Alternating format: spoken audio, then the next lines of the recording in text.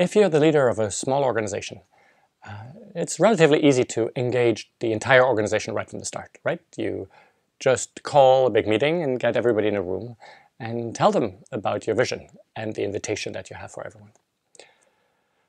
But in larger organizations, right, if you're an organization of 1,000 or 10,000 people, that becomes much harder.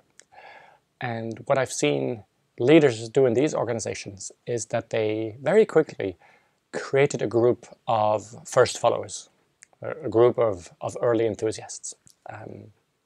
And I almost call this video the power of the invitation, because I've heard that there's just something incredibly powerful in a leader standing there and making a bold invitation. A bold invitation that comes from a very deep place, and sharing with people why this vision is so important for you, and then saying, and I won't be able to do this alone, right? I need you to help me realize this vision. And having such a group of first followers is really powerful and I believe almost critical for a number of reasons. Having that group that meets regularly creates visibility for this effort and creates continuity for the effort. I think it's also critical that people who are the first ones to take risks, and so who will very quickly sort of hit the limits of the systems and push the boundaries, find peer support and don't feel alone. Also, by having people in various places of the organization, you start shifting the entire system in a way that you don't do if you say, I'll only do a pilot in one area. And then, last but not least, I've heard that these places are often wonderful places of support for you as a leader who makes that invitation. You will probably face resistance from some people close to you in the executive committee and some other people in the organization who in the beginning might not understand what this is about. And so having a space of people who get this, who are excited about this, and being able to join them, it might be a great way for you to just recharge your batteries and feel that this thing is heading in the right direction. So how do you start such a group? In practice, I think there's two ways. The most logical way to think about it is simply to say, hey, I'll just make an open invitation and then we'll see who shows up, right? And that will be the group of first followers. Now, I've heard that is maybe not such a great idea in many organizations. I thought it was really interesting. Some people who've done that found that people who joined weren't necessarily the real first followers and enthusiasts. A lot of people went there for political reasons. They said, oh, the CEO is making an invitation that sounds important to him. I should be there. And so you find yourself with a group that isn't what its title says.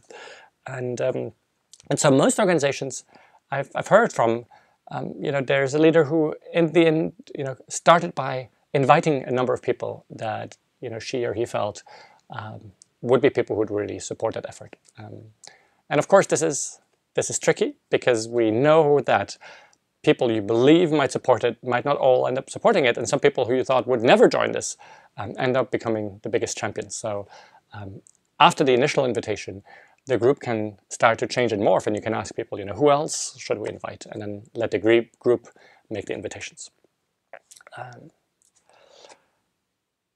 Something else I've heard, which obviously makes sense to me, is that the way you have the first meeting is absolutely critical in the tone that you set and the mandate that you give to that group. And so I think preparing that first meeting really well and maybe having an outside facilitator makes a lot of sense to me. Obviously, I would start with a very personal story, very personal invitation that comes from a deep place. And I've talked about this many times in previous videos, including one of the earliest videos, what truly drives you. So I would really invite you to speak from a very deep place because that allows other people to resonate with you. Something else you can do is invite people to sit in small groups and then talk about how this resonates with them and what their own frustrations and longings are, so that they bring their own self to this work. You can do quite deep work trying to talk about the underlying assumptions the unspoken assumptions of today's management system, and then talking about some of the new assumptions. And I won't say more here because I'll make an entire video about this soon. You can also, have them start discussing about very practical things that they want to change, and then tell them that you will have their back for as much as you can, so that you offer protection for some of these changes that they'll make. And also be honest that you won't be able to protect them from everything. So they will push the boundaries and they will hit some limits of the systems, and not everything will be easy. And that's exactly why this is such an adventure.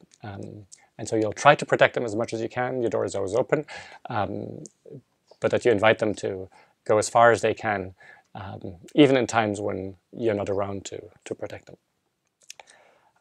And then last thing I heard, which some organizations do, which makes a lot of sense to me, is that in that group, you can let this group start self-organizing how they want to go forward.